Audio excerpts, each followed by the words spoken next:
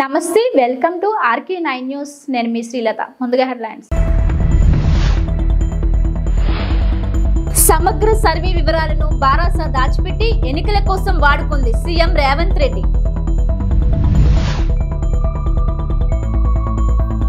రథ సప్తమి పర్వదినం సందర్భంగా ఉప్మాక వెంకన్న స్వామిని దర్శించుకున్న హోంమంత్రి వంగల్పూడి అనిత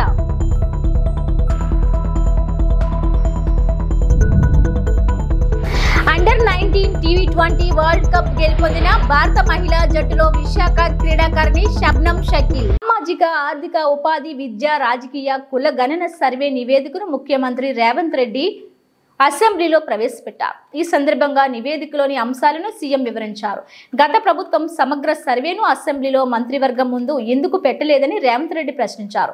బారాస నేతలు సమగ్ర సర్వే వివరాలను దాచిపెట్టి ఎన్నికల కోసం వాడుకున్నారని ఆరోపించారు. తాము చేపట్టిన కుల సర్వే మొత్తం 4 భాగాలుగా ఉందన్నారు. 4 విభాగంలో పౌరుల వ్యక్తిగత సమాచారం ఉన్న నేపథ్యంలో వ్యక్తిగత గోప్యత చట్టం కారణంగా వివరాలను ప్రవేశపెట్టలేదని చెప్పారు. 9,179 మంది అధ్యక్ష, ఎంతలో 3,54,00,000 మందిలోనే 46.25% అధ్యక్ష.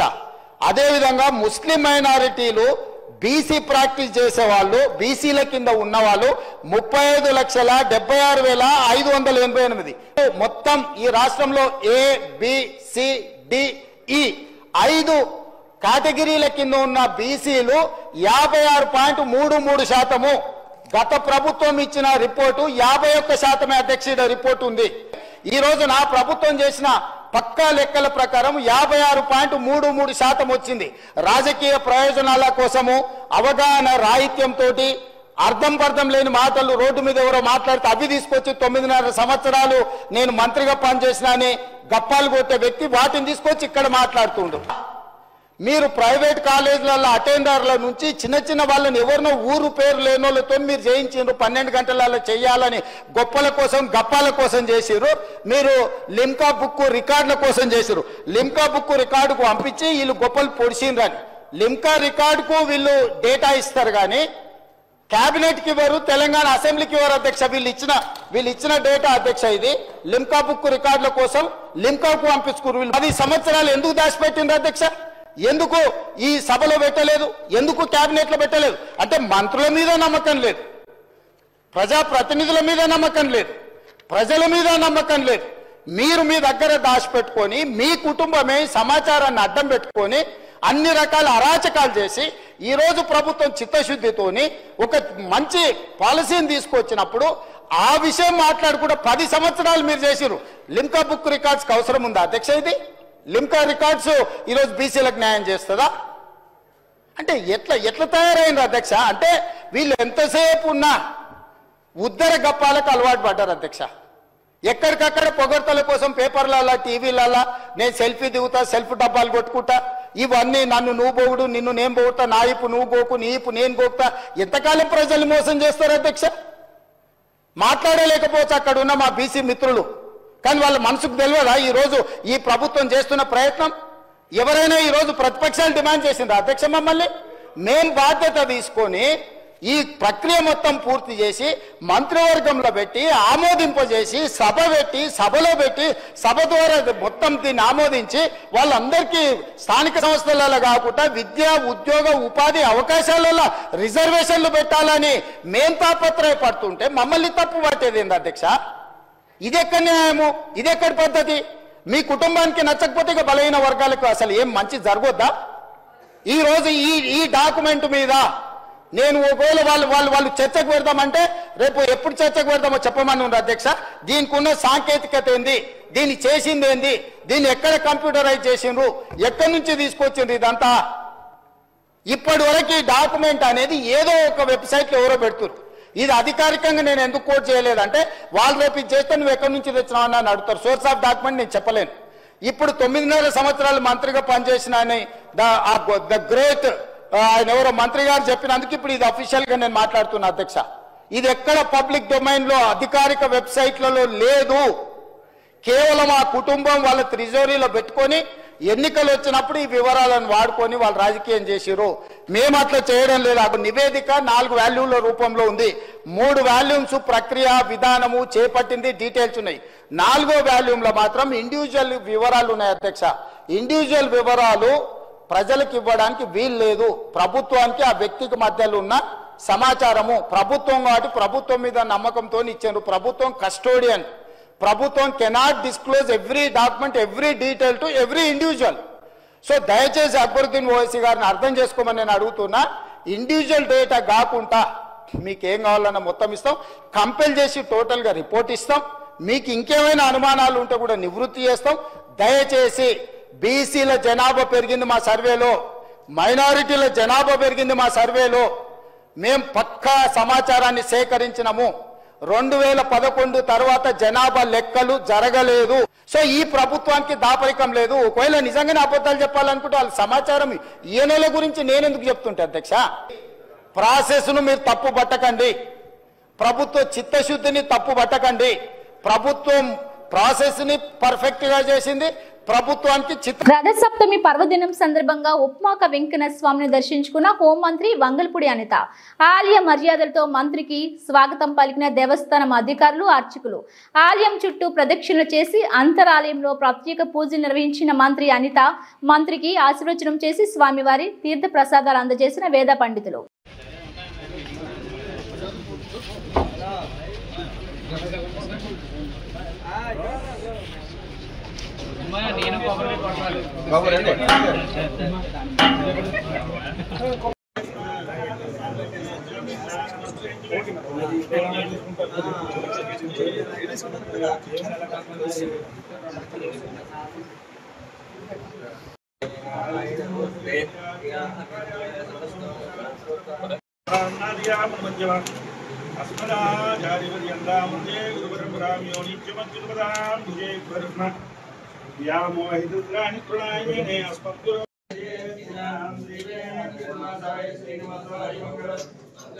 जय Shri Ram.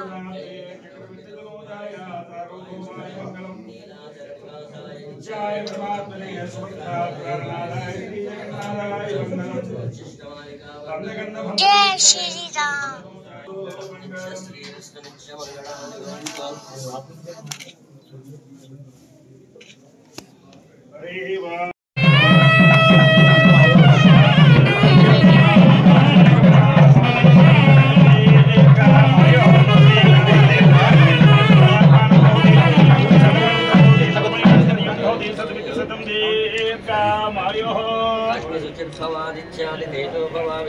Under 19 T20 world cup గెలుపొందిన భారత మహిళా జట్టులో విశాఖ క్రీడాకారిణి శబ్నం షకీల్ మెరిసింది. ప్రపంచ కప్ మ్యాచ్ల్లో తన కుడి చేతి వాటం ఫాస్ట్ బౌలింగ్తో ప్రత్యర్థి బ్యాటర్లను బెంబేలెత్తించిన శబ్నం జట్టులో కీలక బౌలర్గా మారింది. దక్షిణాఫ్రికా, బంగ్లాదేశ్తో జరిగిన మ్యాచ్ల్లో ఒక్కో వికెట్ తీయగా శ్రీలంకపై జరిగిన మ్యాచ్లో 2 వికెట్లు పడగొట్టింది.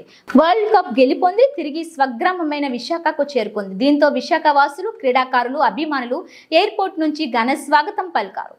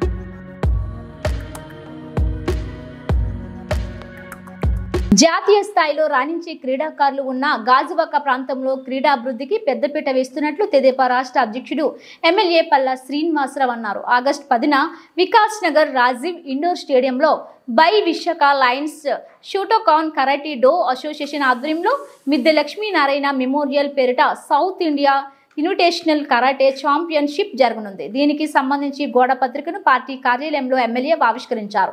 ఈ సందర్భంగా మాట్లాడుతూ క్రీడల్లో రాణిస్తూ రాష్ట్రానికి మంచి పేరు తీసుకురావాలని ఆకాంక్షించారు. నియోజకవర్గ వ్యాప్తంగా 6 క్రీడా మైదానాలు సిద్ధమవుతున్నాయని, ఇవి క్రీడాకారుల అభివృద్ధి ఎంతగానో తోడ్పడతాయని అన్నారు. అందరికీ నమస్కారం అండి. మరి ఈరోజు మిద్దె Lakshminarayana memorial south India invitation karate championship conduct చేయడానికి ఆగస్టు 10 నుంచి మన గాజువాక ప్రాంతంలో నిర్వహించడానికి ఇటు మిద్దె వీరాంజనేయులు గారు అలాగే మా ప్రేమ్ కుమార్ గారు ఆధ్వర్యంలో జరుగుతుందండి. వరుణ్ గారు ఇంకా మిగతా మెంబర్స్ అందరి ఆధ్వర్యంలో. మరి ఇది చాలా సంతోషం. వీళ్ళు ఎప్పటి నుంచో ప్రతి ఏడాది కూడా టోర్నమెంట్లు కండక్ట్ చేస్తూ మంచి క్రీడాకారులను ప్రోత్సహిస్తూ ముఖ్యంగా కరాటేలో వారు చేస్తున్నటువంటి దానికి అందిస్తున్నటువంటి సేవలు నిజంగా మనం చాలా అభినందనీయం. వారికి ఎటువంటి స్వార్థం లేకుండా ఏదో మంచి చేయాలి, క్రీడాకారులను ప్రోత్సహించాలని ఆలోచనతో ముందుకు వెళ్తున్నారు. వారికి ఖచ్చితంగా మా యొక్క సహకారాలు ఉంటాయి.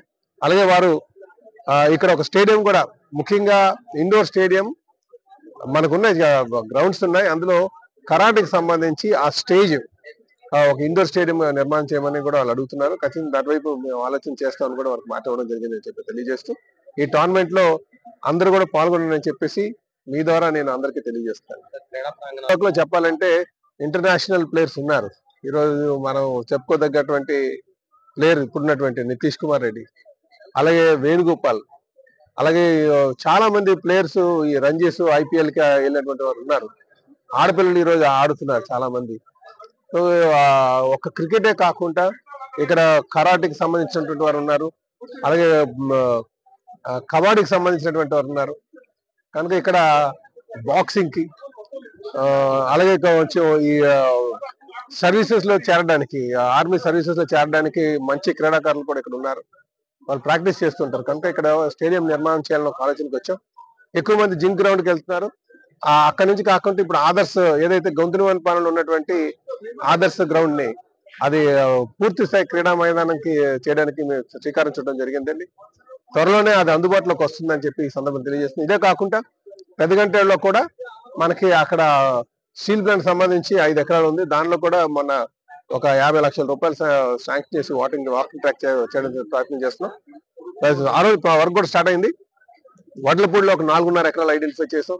అగనంపూడిలోనే ఒక 5 ఎకరాలు ఐడెంటిఫై చేసాం. ఫార్మాలో ఇంకొక 5 ఎకరాలు ఐడెంటిఫై చేసామని చెప్పి తెలియజేస్తుంది. ఎలా కాదన్నా సరే ఈ 5 సంవత్సరాల్లో కనీసంగా ఒక 5 నుంచి 10 స్టేడియంలు, ముఖ్యంగా గ్రౌండ్స్, స్టేడియం అంటే నా ఉద్దేశం క్రీడా ప్రాంగణాలను ఏర్పాటు చేయడానికి నేను కృషి చేస్తానని చెప్పి ఈ సందర్భంగా మీ ద్వారా నేను అందరికీ తెలియజేస్తాను. వీరాంజనేయులు మెమోరియల్, మిద్దె లక్ష్మీనారాయణ మెమోరియల్ ఈ సంవత్సరం ఆగస్టు 10వ తారీఖున మన గాజువాక స్టేడియంలో జరపడం జరుగుతుంది. కాబట్టి మా స్టైల్ ప్రకారం ఫస్ట్ టైం చేస్తున్నాం ఇది మేము. ఎందుకంటే Visakha Lions Shotokan karate do నుంచి మా స్టేట్ చీఫ్ ఏంటంటే global Shotokan karate do first time మేము ఆ సంస్థ తరఫున కండక్ట్ చేస్తున్నాము. దానికి దగ్గర 8-9 రాష్ట్రాల నుంచి వస్తారు. South India invitational karate championship కాబట్టి కంపల్సరీగా మేము వెళ్ళిన వాళ్ళు మా దగ్గరికి వచ్చే వాళ్ళు కూడా వస్తారు. కొన్ని స్టేట్ల నుంచి కూడా వస్తారు. దాన్ని సక్సెస్ చేయమని మీ ద్వారా అందరికీ కోరుతాం. ఏముంది 5 years నుంచి 50 years ఎవరికైనా అవైలబిలిటీ ఉంటుంది. త్యాగాలతో వచ్చిన స్టీల్ ప్లాంట్ మనసు తెలిసిన తెలుగు CMD మాత్రమే కేంద్రం ఇచ్చిన ప్యాకేజీని సమర్థంగా వినియోగించి పరిశ్రమను పునరుద్ధరింప చేయగలరని, అందుకు ముఖ్యమంత్రి చొరవ తీసుకుని కేంద్రాన్ని ఒప్పించాలని విదేశం ఐక్య వేదిక రాష్ట్ర convener doctor Busi Venkatarao demand చేశారు. విశాఖలోని అంబేద్కర్ భవన్లో జరిగిన పత్రికా ప్రతినిధుల సమావేశంలో వెంకటరావు మాట్లాడుతూ స్టీల్ ప్లాంట్ కు కేంద్రం ప్రకటించిన ప్యాకేజీలో రాష్ట్ర ముఖ్యమంత్రి చంద్రబాబు పాత్ర కీలకమని, ప్యాకేజీ ద్వారా ప్లాంట్ను కాపాడాలన్న చిత్తశుద్ధి కూటమి నేతలకు ఉంటే ఆ సొమ్మును బాధ్యత లేని అధికారులు చేతిలో పోస్తే లక్ష్యం నెరవేరదన్నారు. ఇప్పుడున్న సీఎండీ మరియు ఇతర ఉత్తరాది రాష్ట్రాల డైరెక్టర్లకు విశాఖ ఉక్కు పోరాట త్యాగాలు తెలియవన్నారు. ఈ క్లిష్ట పరిస్థితుల్లో పరిశ్రమలను తిరిగి నిలబెట్టడానికి విశాఖ ఉక్కు ఆంధ్రుల హక్కు నినాదం, ప్రాణత్యాగం అర్థం తెలిసిన తెలుగు అధికారులు కావాలన్నారు. సీఎండీతో పాటు కీలకమైన ఆపరేషన్, కమర్షియల్, ఫైనాన్స్ డైరెక్టర్లను తెలుగు వారినే నియమించేలా చంద్రబాబు కేంద్రాన్ని ఒప్పించాలన్నారు. అలాగే ప్యాకేజీ నిధుల నుండి ముడి సరుకు కొనుగోలుకు ఆకలితో ఉన్న ఉద్యోగులు, కాంట్రాక్ట్ కార్మికుల జీతాలు చెల్లింపుకు అనుమతి కోరాలన్నారు. ఇక వీరి చేతిలో ఇంకా ఉన్నాయి. ముఖ్యమంత్రి గారు చేయాల్సినవి కేంద్రం మీద ఒత్తిడితో పాటుగా మన రాష్ట్రం నుంచి ఆయన కూడా రాయితీలు ఇవ్వాలి. మన రాష్ట్ర ప్రభుత్వం పరిశ్రమకి నీరు, విద్యుత్తు సరఫరా చేస్తుంది. గత ప్రభుత్వం జగన్మోహన్ రెడ్డి గారి ప్రభుత్వం విపరీతమైన విద్యుత్ ఛార్జీలు పెంచి 2 రూపాయలు ఉన్న యూనిట్ని 8 రూపాయలు పెంచారు. ఆ విద్యుత్ ఛార్జీలు, నీటి ఛార్జీలు రద్దు చేయాలని చెప్పి మేము డిమాండ్ చేస్తూ ఉన్నాం. అలాగే ఈ రాష్ట్రంలో చిన్నపాటి రా మెటీరియల్ అటు జగ్గయ్యపేట, మాదారంలో డోలమైటు, లైమ్ స్టోను మైనింగ్ జరుగుతూ ఉంది. ఆ మైనింగ్ రాయల్టీని ప్రభుత్వం కొంతకాలం పాటు వాయిదా వేయాలని డిమాండ్ చేస్తూ ఉన్నాం. ఇవన్నీ జరుగుతూ ఉండగా ప్రతి 3 నెలలకోసారి ముఖ్యమంత్రి గారి నేతృత్వంలో ఈ పరిశ్రమ ఉత్పత్తి, అమ్మకాలు, పనితీరు పట్ల సమీక్ష జరగాలి. ఒక సలహా మండలిగా ప్రభుత్వం వ్యవహరించి ఈ పరిశ్రమని ఒక దారిలో పెట్టాలని చెప్పి రాష్ట్ర ప్రభుత్వాన్ని కోరుతూ ఉన్నాం. ఇంకా ఈ ప్రభుత్వానికి స్టీల్ చాలా అవసరం. పోలవరం నిర్మాణానికి, అమరావతి నిర్మాణానికి, లేదా ప్రధానమంత్రి ఆవాస్ యోజన పేద ప్రజల ఇళ్ల నిర్మాణానికి స్టీల్ అవసరం. ఈ స్టీల్ మన విశాఖ స్టీల్ ప్లాంట్లో లభిస్తూ ఉంది. విశాఖ ఉక్కునే రాష్ట్ర ప్రభుత్వ అవసరాలకు కొనుగోలు చేయటం ద్వారా ఉక్కుకు వ్యాపారం కల్పించాలి. ఆర్థిక పరిపుష్టి కల్పించి సపోర్టు, భరోసా ఇవ్వాలి. మరొక్కసారి మీకు గుర్తు చేస్తూ ఉన్నాను, పరిశ్రమ మనసు తెలిసిన విశాఖ ఉక్కు ఆంధ్రుల హక్కు పోరాట చరిత్ర తెలిసి పరిశ్రమ పట్ల అంకిత భావం కలిగినటువంటి తెలుగు అధికారిని మాత్రమే సీఎండీగా నియమించాలి. జీతం కోసం పనిచేసే ఏ అధికారి కూడా ఈ పరిశ్రమని నిలబట్టలేడు అని చెప్పి ప్రపంచ క్యాన్సర్ దినోత్సవాన్ని పురస్కరించుకొని Apollo cancer centre, Indian council of medical research, Indian medical association, రాష్ట్ర అంకాలజీ సంఘాలు సంయుక్తంగా విశాఖలోని ఆరిలోవా అపోలో క్యాన్సర్ సెంటర్లో యూనిఫై టు నోటిఫై అనే జాతీయ క్యాంపెయిన్ నిర్వహించారు. ఈ కార్యక్రమానికి ముఖ్య అతిథి ప్రపంచ క్యాన్సర్ దినోత్సవాన్ని పురస్కరించుకొని Apollo cancer centre, Indian council of medical research, Indian medical association, రాష్ట్ర అంకాలజీ సంఘాలు సంయుక్తంగా విశాఖలోని ఆరిలోవా అపోలో క్యాన్సర్ సెంటర్లో యూనిఫై టు నోటిఫై అనే జాతీయ క్యాంపెయిన్ నిర్వహించారు. ఈ కార్యక్రమానికి ముఖ్య అతిథి ఐఎంఏ అధ్యక్షురాలు డాక్టర్ వాణి, గౌరవ అతిథి ఐఎంఏ కార్యదర్శి డాక్టర్ మురళీమోహన్ పాల్గొని ప్రారంభించారు. ఈ సందర్భంగా డాక్టర్ వాణి మాట్లాడుతూ ఈ క్యాంపెయిన్ భారత ప్రభుత్వం క్యాన్సర్ గుర్తించదగిన వ్యాధిగా గుర్తించాలనే విజ్ఞప్తితో ముందుకు వెళ్తుందన్నారు.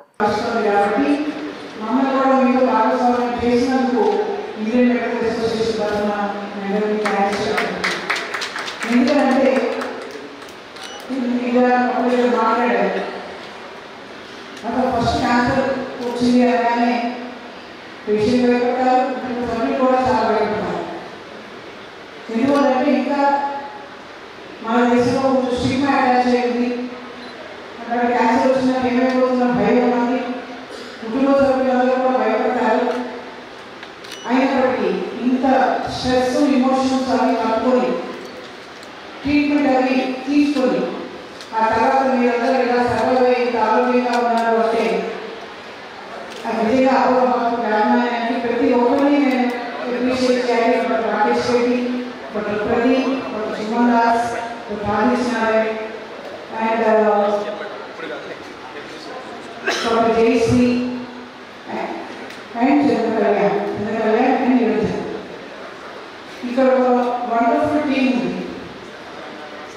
ఈరోజు మీ సందర్భంగా చెప్పాలి. మా ఇంట్లో కూడా ఇద్దరు అవసరం వచ్చినప్పుడు నేను ఇద్దరిని సుందరసాగర్కి పంపించాను. ఎందుకంటే అప్పుడు నమ్మకం ఇక్కడ టీం అందరూ బాగా చూసుకుంటారని మాకు వాళ్ళిద్దరూ సర్వ అయిన తర్వాత నాకు బాగా అర్థమైంది. సో ఒక రకంగా ఇంకొక ఆపర్చునిటీ నాకు వచ్చింది మీరు వాళ్ళని తీసి. So thank you all. So team అప్పుడు ఇంకొక విషయం కూడా చెప్పాలి. ఈసారి ప్రతి ఏడాది ఫిబ్రవరి 4వ తారీఖున వరల్డ్ క్యాన్సర్ డే. ఈ రాబోయే 3 సంవత్సరాల్లో యూనిట్ బై యునైటెడ్ ఇది ఒక థీమ్గా పెట్టారు. అంటే ప్రతి వాళ్ళ కథ విభిన్నమైనది, ప్రతి క్యాన్సర్ పేషెంట్ వాళ్ళ కథ విభిన్నమైనది, అలా వాళ్ళ యూనిట్. కాకపోతే యునైటెడ్గా ఎంత సర్వీస్ పొందుతారో అన్నది యునైటెడ్నెస్. సో మీ కుటుంబ సభ్యులే కాదు, వైద్యులు ఇంకా చెప్పారు కేర్ ప్రొవైడర్స్ కూడా ఎట్లాగా కేర్ ఇస్తున్నారు. సో ఇవన్నీ అయితేనే ఒక మంచి అవుట్పుట్ కానీ ఒక రిజల్ట్ కానీ వస్తుంది. సో ఇందులో అందుకని ఈ థీమ్ రాబోయే 3 ఏళ్లలో ఇచ్చింది రాబోయేచ్చు. సో అందుకని ప్రతి వాళ్ళ చేతిగా ఇంటికి అయినప్పటికీ యునైటెడ్నెస్ కూడా ఉండాలి. మీ నుంచి డాక్టర్ నుంచి పబ్లిక్ నుంచి అందరి నుంచి కూడా యునైటెడ్గా ఉండాలి. సో ఆ కాన్సెప్ట్ అనుకునే సో ఒకసారి మీరు నోటిఫైడ్ డిసీజ్ చేయాలి అన్న ఒక కాన్సెప్ట్ ఒక రిజల్యూషన్తో అపోలో క్యాన్సర్ హాస్పిటల్ వాళ్ళు వచ్చారు. నోటిఫై చేస్తే రావాలి. జవహర్లాల్ నెహ్రూ ఫార్మాసిటీలోని Visakha pharma city limited common effluent treatment ప్లాంట్లో పనిచేస్తున్న కాంట్రాక్ట్ కార్మికుడు కర్ణం ముత్యాలు ముఖంపై లిక్విడ్ పడడంతో ఆయన గాయాలు గురయ్యాడు. వెంటనే అతన్ని గాజువాకలోని ప్రైవేట్ ఆసుపత్రికి తరలించారు. కార్మికుడికి మెరుగైన వైద్యం అందించి కార్మికుడు కోలుకునే వరకు పూర్తి స్థాయి వేతనం చెల్లించాలని, జరిగిన ఘటనపై సమగ్ర విచారణ చేయాలని pharma city staff and workers union CITU గౌరవ అధ్యక్షుడు గన్శెట్టి సత్యనారాయణ డిమాండ్ చేశారు. యాజమాన్యం భద్రతా ప్రమాణాలు పాటించకపోవడం వల్ల గతంలో కూడా ఈ పరిశ్రమల్లో అనేక ప్రమాదాలు చోటు చేసుకున్నాయని ఆరోపించారు. భద్రతలకు అధిక ప్రాధాన్యం ఇవ్వాల్సిన యాజమాన్యాలు వాటిని పూర్తిగా గాలికి వదిలేస్తున్నాయని మండిపడ్డారు. అనకాపల్లి జిల్లాలో ఉన్నటువంటి పర్వాడ ఫార్మాసిటీలో మరో ఘోర ఘటన అనేటువంటి చోటు చేసుకుంది. విశాఖ ఫార్మాసిటీ లిమిటెడ్ అనేటువంటి దాంట్లో కామన్ ఎప్లాయిన్ ట్రీట్మెంట్ ప్లాంట్లో ఈరోజు ఒక కార్మికుడు గాయాలకు గురయ్యాడు. ఏదైతే లిక్విడ్ ఉందో అది శరీరం మీద పడడం వల్ల అలాగే ముఖం అది గాయాలకు గురైంది. ఇప్పుడే హాస్పిటల్కి విశాఖపట్నంలో ప్రైవేట్ ఆసుపత్రికి తరలించారు. భద్రతా ప్రమాణాలు అనేటువంటి అధిక ప్రాధాన్యత ఇవ్వాల్సినటువంటి యాజమాన్యం అధిక ప్రాధాన్యత ఇవ్వకపోవడం వల్ల ఇదే రామ్కీకి చెందినటువంటి కంపెనీ డెవలపర్ ఈ రకంగా భద్రతా ప్రమాణాలు పాటించి ఆదర్శవంతంగా వ్యవహరించవలసినటువంటి పరిశ్రమలోనే భద్రతా ప్రమాణాలు పాటించకపోవడం వల్ల కర్ణం ముత్యాలు 45 సంవత్సరాలు హెల్పర్గా పనిచేస్తున్నటువంటి కార్మికుడు గాయాలకు గురయ్యాడు. ఈ విశాఖపట్నంలో తరలించి వైద్యం అందిస్తారు. మేము డిమాండ్ చేస్తూ ఉన్నాం. ఈ సందర్భంగా మెరుగైనటువంటి వైద్య సేవలు అందించండి. విశాఖపట్నంలో ప్రత్యేకమైనటువంటి మెరుగైనటువంటి వైద్య సేవలు అందించండి. ఆయన కోలుకునే వరకు పూర్తి స్థాయిలో వైద్య సేవలకు యాజమాన్యం బాధించాలి. ఆయన కుటుంబానికి కూడా యాజమాన్యమే ప్రతి నెల వేతనం చెల్లించాలా. అలాగే దీని మీద క్రిమినల్ చర్యలు తీసుకోవాలా, దీని మీద విచారణ చేయాలి ప్రభుత్వ అధికార యంత్రాంగం. ఆ రకంగా చేసి కార్మికుల యొక్క రక్షణ కోసం భద్రత కోసం యాజమాన్యాలు పెద్దపీట వేయాలి. ఆ రకంగా కాకుండా కార్మికుల యొక్క రక్షణని పూర్తిగా యాజమాన్యాలు గాలికి వదిలేస్తున్నాయి. అందుకని కార్మికుల యొక్క భద్రతకి అధిక ప్రాధాన్యత ఇవ్వడం కోసం ప్రభుత్వం అలాగే యాజమాన్యం చర్యలు చేపట్టాలని, ఆ కార్మికుడిని కోలుకునే వరకు మెరుగైన వైద్య సేవలు అందించాలని సిఐటియు అనకాపల్లి జిల్లా కమిటీ డిమాండ్ చేస్తా ఉంది. అంబేద్కర్ కోనసీమ అమలాపురం ఇద్దరు అంతర్ జిల్లా దొంగలను అరెస్ట్ చేసిన రాజోలు పోలీసులు. పశ్చిమ గోదావరి జిల్లా నర్సాపురంకు చెందిన నిందితులు గుబ్బల భాస్కర్, కొత్తపల్లి నరేష్లను అరెస్ట్ చేసిన పోలీసులు. గత నెల 24న రాజోలు సత్యరాజు వీధిలో ఒక ఇంటిలో చోరీకి పాల్పడి దోచుకున్న 40 లక్షల రూపాయల విలువైన బంగారు ఆభరణాలు, వెండి వస్తువులను స్వాధీనం చేసుకున్న పోలీసులు. 34 లక్షల రూపాయల విలువైన 449 గ్రాముల బంగారు ఆభరణాలు, 6 లక్షల రూపాయల విలువైన 6 కేజీల వెండి వస్తువులను స్వాధీనం చేసుకున్న పోలీసులు. 10 రోజుల్లోనే చోరీని ఛేదించి దొంగలను అరెస్ట్ చేసిన రాజోలు పోలీసులను అభినందించిన జిల్లా SP B Krishnarao.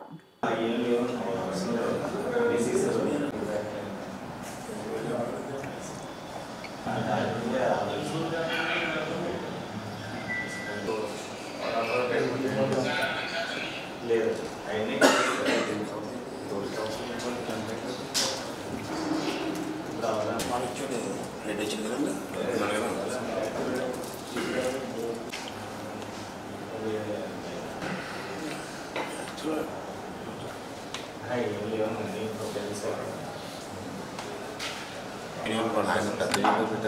Hello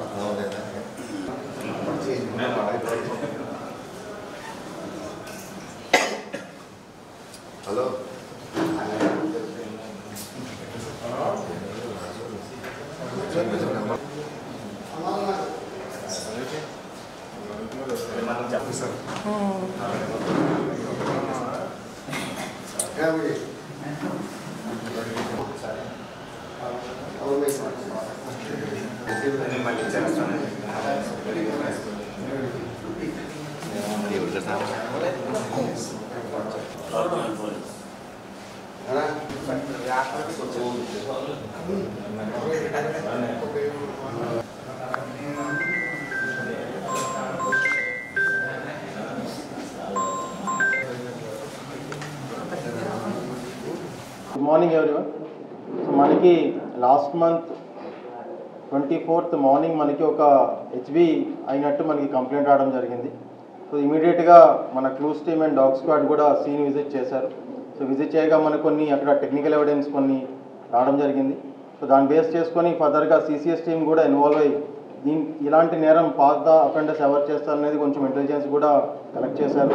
so దాన్ని బట్టి మల్టిపుల్ టీమ్స్ ఫామ్ చేసాం. సో ఫామ్ చేసి very quickly with very short time, ఒక వారం రోజుల్లోనే మన అఫెండర్స్ ఎవరు ఏంటి అనేది కనుక్కోవడం జరిగింది. ఇమీడియట్గా వాళ్ళని పట్టుకొని ఎంటైర్ ప్రాపర్టీ ఇంటాక్ట్గా రికవర్ చేయడం జరిగింది. ఇది మనకి 23rd నైట్ జరిగినట్టుగా మనకి తెలుస్తుంది.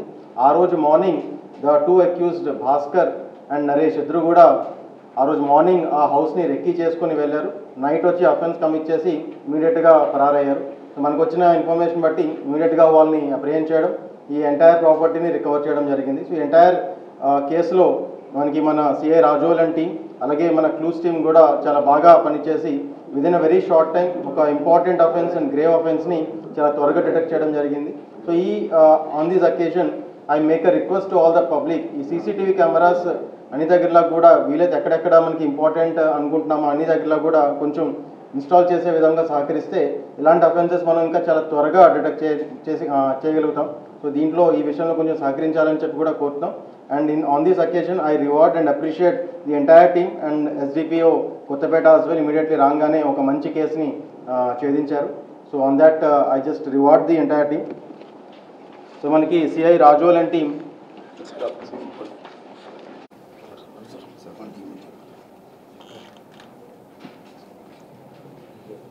అలాగే మన 36వ జాతీయ రహదారి భద్రతా మాసోత్సవం సందర్భంగా ఏలూరు జిల్లా జంగారెడ్డిగూడెంలో రవాణా శాఖ ఆధ్వర్యంలో రహదారి భద్రతపై ప్రచార ర్యాలీ నిర్వహించారు. జంగారెడ్డిగూడెం ఆర్డీఓ ఎంవి రమణ జెండా ఊపి ర్యాలీని ప్రారంభించారు. ఈ కార్యక్రమంలో రవాణా శాఖ అధికారులు, విద్యార్థులు పెద్ద సంఖ్యలో పాల్గొన్నారు. ఈ సందర్భంగా ఆర్డీఓ రమణ మాట్లాడుతూ రహదారి భద్రతా మాసోత్సవాల్లో భాగంగా రవాణా శాఖ వారు ప్రజల్లో అవగాహన కార్యక్రమాలు చేస్తున్నారని, అందులో భాగంగా వాహనదారులు సీట్ బెల్ట్ పెట్టుకోవాలని, ద్విచక్ర వాహనదారులు తప్పనిసరిగా హెల్మెట్ ధరించాలని, మద్యం సేవించి వాహనం నడపరాదని తెలియజేయడం కోసం నెల రోజుల పాటు నిర్వహించే ప్రచార కార్యక్రమాల్లో భాగంగా ఈ ర్యాలీ నిర్వహించామని తెలిపారు. ద్విచక్ర వాహనదారులు ముఖ్యంగా ఉద్యోగస్తులు తప్పనిసరిగా హెల్మెట్ ధరించాలని, హెల్మెట్ ధరించకుండా ఆఫీస్కి వచ్చిన ఉద్యోగస్తులకు ఆ రోజు లీవ్ కట్ చేయడం జరుగుతుందని ఆర్డీఓ అన్నారు. జిల్లా కలెక్టర్ ఆదేశాల మేరకు మేము కూడా ఆ నిబంధనను పాటిస్తున్నామని అన్నారు. అలాగే ప్రతి ప్రభుత్వ కార్యాలయంలో అధికారులు క్రింది స్థాయి ఉద్యోగస్తులకు ఖచ్చితంగా హెల్మెట్ ధరించడం అలవాటు చేయాలని, అలా చేస్తే అందరూ అలవాటు పడతారని ఆర్డీఓ అన్నారు. ఇది వాహనదారులకు, వారి కుటుంబ సభ్యులకు అందరికీ మంచిదని, అందరూ తప్పకుండా నిబంధనలు పాటించాలని ఆర్డీఓ అన్నారు. అందరికీ నమస్కారం. జంగారెడ్డిగూడెం పుర ప్రజలకు రవాణా శాఖ తరఫున ఈ రోడ్డు భద్రతా మాసోత్సవాల సందర్భంగా తెలియజేసేది ఏమంటే, ప్రతి ఒక్కళ్ళు తమ తమ జాగ్రత్తలు వహించాలంటే వాహనం నడిపేటప్పుడు హెల్మెట్ ధరించాలి, కారు నడిపేటప్పుడు సీట్ బెల్ట్ ధరించాలి, అలాగే మద్యం సేవించి వాహనం నడపకూడదు. అదే రకంగా ఆటోలలో కానీ ఓవర్లోడ్ చేయకుండా ప్రతి ఒక్కరు జాగ్రత్తలు తీసుకొని రోడ్డు ప్రమాదాలను అరికట్టడానికి సహకరించవలసిందిగా, మరియు ప్రతి వాహనదారు తమ రక్షణ తామే చేసుకోవాలని, హెల్మెట్ ధరించి తమ రక్షణ తామే చేసుకోవాలని సూచిస్తున్నాము. ప్రతి జంగారెడ్డిగూడెం పుర ప్రజలకు ముఖ్యంగా చెప్పేది ఏంటంటే, చాలామంది ఇక్కడ హెల్మెట్ లేకుండా ప్రయాణిస్తున్నారు. వాళ్ళ మీద అపరాధ రుసుము విధించడం జరుగుతుంది. కాబట్టి అందరూ హెల్మెట్ ధరించి వాహనాన్ని నడపాల్సిందిగా కోరుతున్నాను. Thank you. ఈరోజు ఈ జంగారెడ్డిగూడెంలో డిఎస్పీ ఆఫీస్ నుంచి జీవీ మాల్ వరకు ర్యాలీ జరుగుతుంది. అందులో మా స్కూల్ పిల్లలు, తర్వాత హెల్మెట్ ధరించిన వాహనదారులు పాల్గొంటున్నారు. రవాణా శాఖ సిబ్బంది పాల్గొంటున్నారు. Thank you.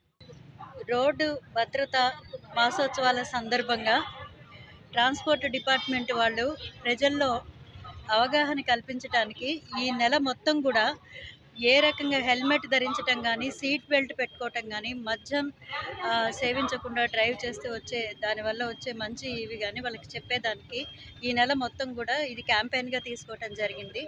ఈ సందర్భంగా జంగారెడ్డిగూడెం డివిజన్లోని అందరి ప్రజలకి, ముఖ్యంగా ముందు ఎంప్లాయీస్కి ఫస్ట్ మా దగ్గర నుంచే హెల్మెట్ ధరించడం అనేది అందరికీ అలవాటు చేయటం జరుగుతుంది. ఎవరైతే ఎంప్లాయీ హెల్మెట్ ధరించకుండా ఆఫీస్కి వచ్చారో ఆ రోజు వాళ్ళకి లీవ్ కట్ చేయడం జరుగుతుంది. గౌరవ కలెక్టర్ గారి ఆదేశాల మేరకు మేము కూడా అది పాటిస్తున్నాము. అలాగే ప్రతి ఆఫీస్లో కూడా ప్రతి ఆఫీసర్ కూడా వాళ్ళ ఆఫీస్లో ముందు ఇది వాళ్ళకి అలవాటు చేస్తే మిగతా ప్రజలు కూడా ఆటోమేటిక్గా దానికి అలవాటు పడతారని అనుకుంటున్నాను. అట్లాగే ప్రజలందరూ కూడా హెల్మెట్ ధరించి వాళ్ళు 2-వీలర్ డ్రైవ్ చేయాలని, అలాగే వితౌట్ సీట్ బెల్ట్ డ్రైవ్ చేయకుండా బెల్ట్తోనే బెల్ట్ పెట్టుకొని కారు డ్రైవింగ్ కూడా వెళ్ళాలని, అలాగే మద్యం సేవించినప్పుడు ఎటువంటి డ్రైవింగ్ చేయకుండా ఉండాలని చెప్పి కోరుకుంటున్నాను. అది వాళ్ళకి, వాళ్ళ కుటుంబానికి, అలాగే పక్క వ్యక్తుల భద్రతకి కూడా అది చాలా అవసరం అని చెప్పి తెలియజేసుకుంటూ ఇవన్నీ ఫాలో అవ్వాల్సిందిగా జంగారెడ్డిగూడెం డివిజన్ ప్రజలందరూ బులెటిన్ అప్డేట్స్